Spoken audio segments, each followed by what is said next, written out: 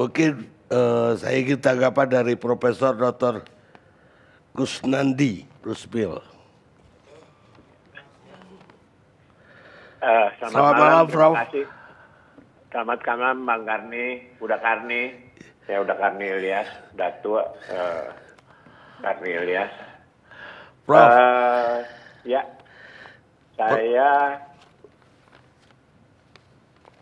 saya udah banyak mendengar dari mulai awal sampai tadi. Rasanya udah banyak diulas, tapi saya akan cerita sedikit ya. Silakan, Prof. Bahwa kebetulan saya dokter anak. Saya pernah bertugas di Lubuk Sekaping sebagai dokter anak. Kemudian saya dipanggil oleh guru saya, Profesor Sambas dan Profesor Suganda, untuk mengajar imunisasi di UNPAD. Jadi saya mendalami imunisasi itu mulai tahun 1990. Sampai sekarang, saya telah melakukan uji klinis tentang imunisasi, tentang vaksin, itu sudah 32 kali. Mohon maaf, hampir semua vaksin yang dilakukan, yang diprogramkan imunisasi di tanah air kita, mulai dari DPT, kemudian hepatitis B, kemudian DPT dan hepatitis B combo, kemudian itu masuk kepada pentabio, kemudian pentabio itu digabung antara DPT, hepatitis B dan HIV, terus kemudian kami melakukan uji klinis lagi tentang polio, kemudian BOPV, dan kemudian dan lain-lainnya sampai saat sekarang di institusi kami, di UNPAD, telah melakukan uji klinis itu kurang lebih 32 kali sampai sekarang. Nah, begitu saya mendapat permintaan dari UNPAD, dari Bio Farma untuk melakukan uji klinis vaksin COVID ini, tentu saya mempelajari dulu, ya, mulai dari preclinical trial. Tadi dibilang sama dari bagian ID ada 5 tahap, tapi itu mungkin betul mulai dari preclinical trial, terus clinical trial 1, 2, 3, kemudian post marketing itu tahap-tahapannya. Jadi saya mempelajari mulai dari preclinical trial. Apa yang dilakukan pada vaksin clinical trial untuk vaksin COVID ini?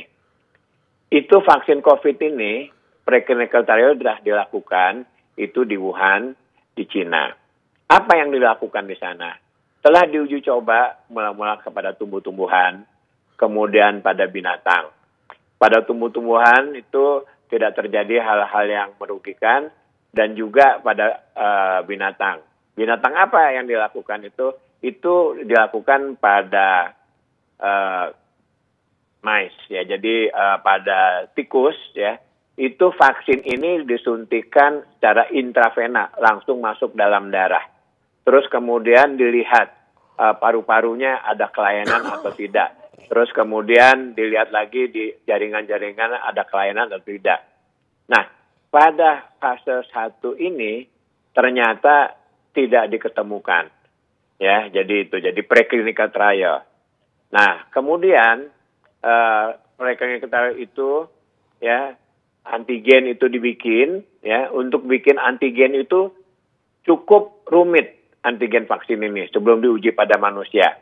Yaitu pertama dilakukan lagi penambahan zat-zat yang kita sebut stabilizer, terus kemudian kita obat zat pengawet, terus kemudian lain-lain, sehingga vaksin ini kalau disuntikan itu tidak akan bengkak karena udah ada zat yang mencegah pembengkakan di situ. Jadi ada 5 zat yang ditambahkan di samping antigen untuk bikin vaksin.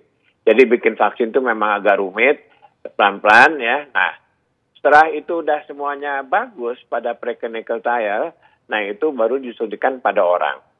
Pada orang di Wuhan fase 1 itu dilihat. Itu dilakukan, tadi sudah disebutkan beberapa orang. Nah itu ternyata tidak terjadi hal-hal yang sangat merugikan. Hanya bengkak sedikit, merah sedikit, ya. Kemudian masuk lagi ke fase 2. Di fase 2 itu kurang lebih 400 orang. Itu dilihat juga tentang keamanannya, terus kemudian tadi udah disebut imunogenesitas, ya, kemudian dosisnya dan sebagainya. Nah, setelah itu baik, ya, dan dosisnya sudah ditentukan dan sebagainya. Kemudian baru masuk fase ketiga, yaitu fase 3 itu adalah pertama tadi sudah disebutkan juga sebetulnya, yaitu di samping keamanan juga imunogenitas dan tadi juga untuk efekasi. Jadi dibandingkan antara orang-orang yang mendapat vaksin dan placebo, berapa yang kalau dipaparkan penyakit, ya, terpapar penyakit, yang dapat vaksin itu berapa yang terpapar, yang tidak dapat vaksin berapa yang terpapar. Nah, ini pada fase 3 ini. Nah, fase 3 ini ada 1.620. Fase 3 ini selain di Indonesia, ya, juga dilakukan itu di Brazil, tadi sudah disebutkan, terus kemudian di Bangladesh, di Pakistan, dan juga di dan ada beberapa tempat lagi ada gitu. Nah, kalau umpamanya fase 3 ini, ya, yang di Indonesia dengan di tempat lain itu sama, maka vaksin ini akan di-approve oleh WHO untuk dapat dipergunakan secara luas di dunia, ya. Nah, tapi kalau tadi betul dikatakan tadi oleh sejawat dari ID, kalau untuk di Indonesia itu memang betul Badan POM. Jadi vaksin COVID yang telah dikerjakan oleh Bio Farma ini itu sebetulnya sudah dibikin dengan sangat hati-hati dan sangat baik, ya, prosesnya. Kenapa baik? Karena Bio Farma itu bukan pabrik vaksin yang baru. Sebelum dari zaman sebelum kemerdekaan itu sudah digunakan oleh pemerintah Belanda untuk bikin vaksin juga. Nah, sekarang sudah melakukan ekspor vaksin ke banyak negara, ya, untuk Bio Farma ini. Nah, ada beberapa lagi, ya, kira-kira tentang vaksin ini, ya. Vaksin COVID ini, ya, dari 1.620 yang disuntikan telah kami lakukan, itu 1.620 itu udah dapat suntikan pertama, dan 1.570 itu udah mendapat suntikan kedua, ya. Dan, ya, terus kemudian dari yang disuntik itu sampai sekarang itu tidak ada hal-hal yang menakutkan. Hanya terjadi demam sedikit, panas sedikit, ada merah-merah sedikit, ya, dalam 30 menit pertama. Yang dalam 2 hari itu udah hilang sama sekali. Dalam 2 hari juga tidak terjadi panas badan yang tinggi, ya. Jadi dalam uji klinis yang tadi saya katakan sudah 1.620 yang dapat suntikan pertama dan udah 1.000 lebih dapat suntikan kedua, tidak ada hal-hal yang sangat mengganggu dan itu sangat aman kalau menurut saya dibandingkan dengan umpamanya vaksin yang pernah saya lakukan, ya, umpamanya untuk tetanus maupun difteri, ini kelihatannya tidak seperti itu. Karena yang terjadi itu, yang panas tinggi itu tidak terjadi banyak gitu, ya, hanya beberapa gitu, ya, dari 1.020. Jadi saya bisa katakan bahwa vaksin ini cukup aman, ya. Sudah sekian banyak yang dilakukan imunisasi dari uji klinis ini, ya, yang ada di Bandung, ternyata tidak terjadi hal-hal yang seperti yang ditakutkan orang gitu loh, ya. Jadi saya bisa katakan di sini walaupun belum selesai, ya, Tapi untuk sementara waktu dari hasil pengamatan kami itu cukup aman. Apa yang akan kami lakukan selanjutnya? Ya, dari pasien-pasien yang dari subjek-subjek yang 1.620 ini, begitu telah diimunisasi pertama kali, itu sebelumnya kan diambil darah, kemudian 3 bulan setelah suntikan kedua diambil darah lagi, 2 minggu setelah suntikan kedua diambil darah, 3 bulan diambil darah, kemudian 6 bulan diambil darah, ya. Nah, itu semuanya diikuti, selain diambil darah juga diikuti. Dilakukan setiap diambil darah itu akan ada tanya jawab dan periksa lagi semua kesehatannya. Dari hasil pemeriksaan yang diikutin itu sampai sekarang belum ada yang sangat yang sangat di luar perkiraan. Semuanya dalam perkiraan. Ya. Dari penelitian ini ada kurang lebih 14 orang itu mengundurkan diri oleh karena 7 itu ada pekerjaannya pindah, yang 7 lagi dia sakit. Sakitnya itu tidak berhubungan dengan imunisasi, tapi ada yang sakit tifus, ada yang flu berat dan lain sebagainya. Jadi itu pada waktu harusnya disuntik dia sakit. Jadi nggak bisa suntikan kedua, karena tidak bisa suntikan kedua udah lewat seminggu, dia terpaksa drop out. Jadi saya bisa katakan di sini bahwa sampai sekarang ini penelitian ini berjalan dengan baik, dan telah kami laporkan sementara kepada Badan POM. Pada waktu itu dikontrol oleh Badan POM. Ya, biasa Badan POM itu biasanya secara rutin akan datang melakukan visit ya bersama-sama sponsor, ya. Nah, dari hasil yang diinikan itu mereka mengatakan wah ini cukup baik, tidak ada masalah-masalah yang menakutkan. Baik. Barangkali sementara waktu kalau ada nanti tanya jawab kami persilakan. Jadi selama ini akan mengatakan bahwa vaksin ini sampai saat ini tidak ada hal-hal yang di luar yang menjadi masalah begitu ya, sehingga tidak perlu ditakutkan lah gitu ya. Mungkin ini seperti kita mengimunisasi seperti biasanya. Demikian Pak Karni sementara waktu. Baik. Terima kasih atas waktunya. Prof, tapi ada pertanyaan Prof. Dari Ya, boleh, Profesor Pak Karni. Dr. Iris Regadis. Iya, Prof. Ya, Pak Dr. Iris, silakan. Ya, saya mau Prof. tanya, Iris. ini penelitiannya selesainya kapan ya Prof? Di Bandung penelitiannya, terus kemudian interim reportnya apakah Desember ataukah Januari? Karena ini sangat penting untuk menentukan kapan dilakukan vaksinasi. Ya, begini Prof. Iris, kita akan selesai interim report itu bulan Januari dan selesai penelitiannya pada bulan Maret. Maret? Iya, Maret. bulan Maret. Maret baru selesai. Artinya baru April betul. baru bisa April. ya Prof? April baru bisa dilaksanakan. Kan kalau interim report itu kan biasanya dipakai use emergency itu kan bisa saja gitu loh. Ya, betul. Ya. Bisa. Kan itu dari 540 dari 540 pertama. Ya, baik. Makasih. Begitu Prof. Iris. Makasih Prof. Prof, ada satu lagi pertanyaan Prof. Iya Bang Karni. Ini dari Arya Sinulinga. Prof, mau nanya Prof, sekalian mau jelas. Iya silakan Pak Arya. Ya Pak Prof, apakah hasil uji klinis di negara lain itu walaupun tidak diuji kliniskan di Indonesia untuk vaksin apakah diperbolehkan? Itu satu, dipakai di Indonesia. Ya. Yang kedua, Ya. karena banyak sekali isu mengenai corona di Indonesia berbeda dengan negara lain.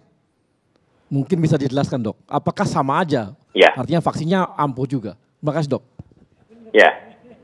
Jadi uji klinis fase 3 itu harus multi center.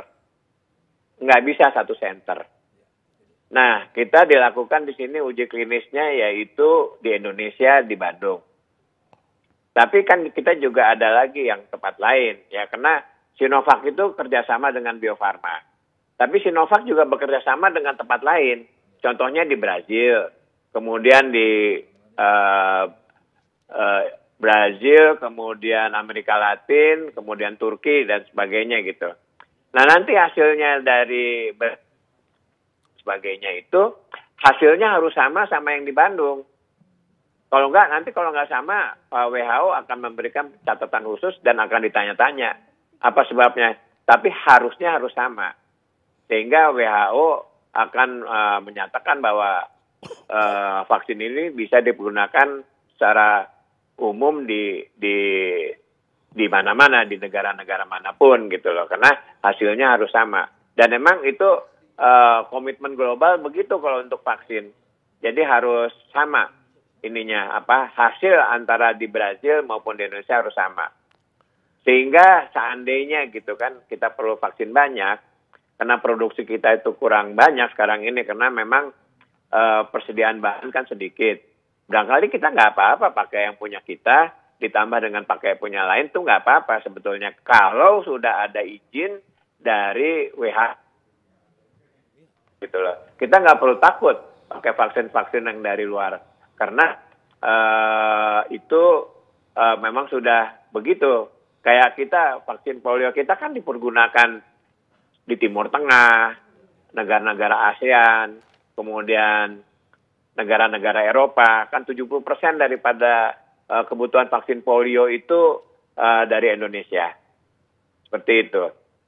Ya. Nah, terus kemudian tentang mutasi virus, ya. Ada yang berbeda di Amerika, ada yang berbeda di Inggris, ada yang berbeda di Australia, dan mungkin di Sumatera atau apa. Menurut saya, karena virus ini kita kenal baru 10 bulan. Pertama kali dunia mengenal virus COVID ini di Wuhan pada bulan Januari. Dan ini virusnya sangat ganas dan sampai sekarang ini udah hampir 30 juta orang kena penyakit ini dan udah banyak yang meninggal termasuk di Indonesia. Sehingga kita sebagai tenaga kesehatan harus mencari solusinya, mencari obat dan mencari vaksin untuk mencegahnya.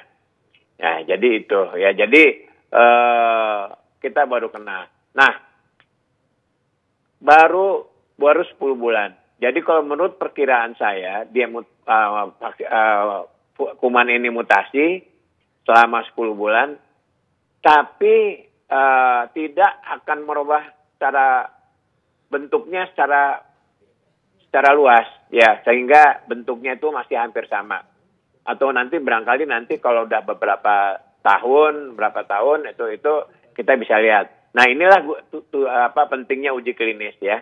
Nanti kita lihat, tadi kan udah dikatakan tadi begitu disuntik, ya, kan sebelum disuntik diambil darah. Begitu 2 minggu setelah disuntik kita ambil darah lagi, kita ukur titer antibodinya. Terus 3 bulan kita ukur titer antibodinya. Terus 6 bulan kita ukur titer antibodinya. Nah, setelah 6 bulan itu berapa titer antibodinya? Apakah tetap tinggi atau tidak? Sehingga kita bisa tahu itulah tujuannya daripada uji klinis ini, ya. Mungkin itu sedikit dari saya. Baik. Ya, nanti bisa ada tambahan lagi. Terima kasih. Prof, ada satu lagi terakhir. Ya. Pertanyaan terakhir dari DPR. Halo, ya, Prof. Ya, silakan. Pertanyaan saya singkat Pak. saja. Ini kalau misalnya katakan ini uji klinis tahap ketiga ini berhasil yang dilaksanakan di Bandung, apakah itu langsung bisa diproduksi vaksinnya? Kalau bisa, berapa lama produksinya itu? Karena begini, ini pemerintah sejauh ini kan sudah mengklaim akan melaksanakan vaksin dalam waktu dekat ini.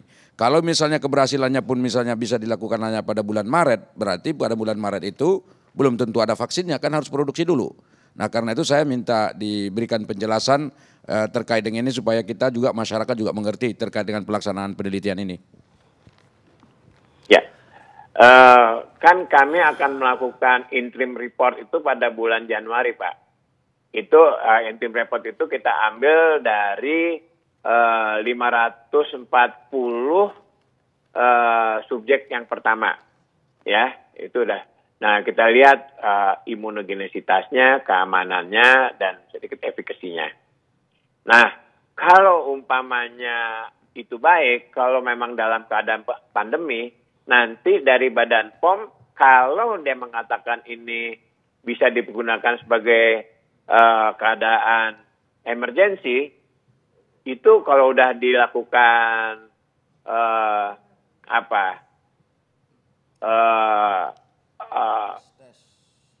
analisa oleh Badan POM, kalau Badan POM bilang bisa dipergunakan, kita bisa mempergunakannya pada bulan Januari, gitu loh.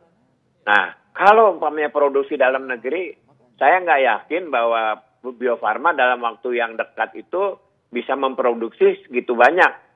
Barangkali kita perlu waktu 1 atau 2 tahun atau 3 tahun apa. Atau mungkin ya, kalau memang memang harus mendadak dan memang keadaannya gimana gitu, kita bisa membeli dari Brasil atau dari Uni Emirat Arab dan sebagainya, yang dia itu akan lebih dulu dibandingin kita. Mereka bulan November udah selesai penelitiannya, fase 3-nya. Mungkin itu Pak. Baik Prof.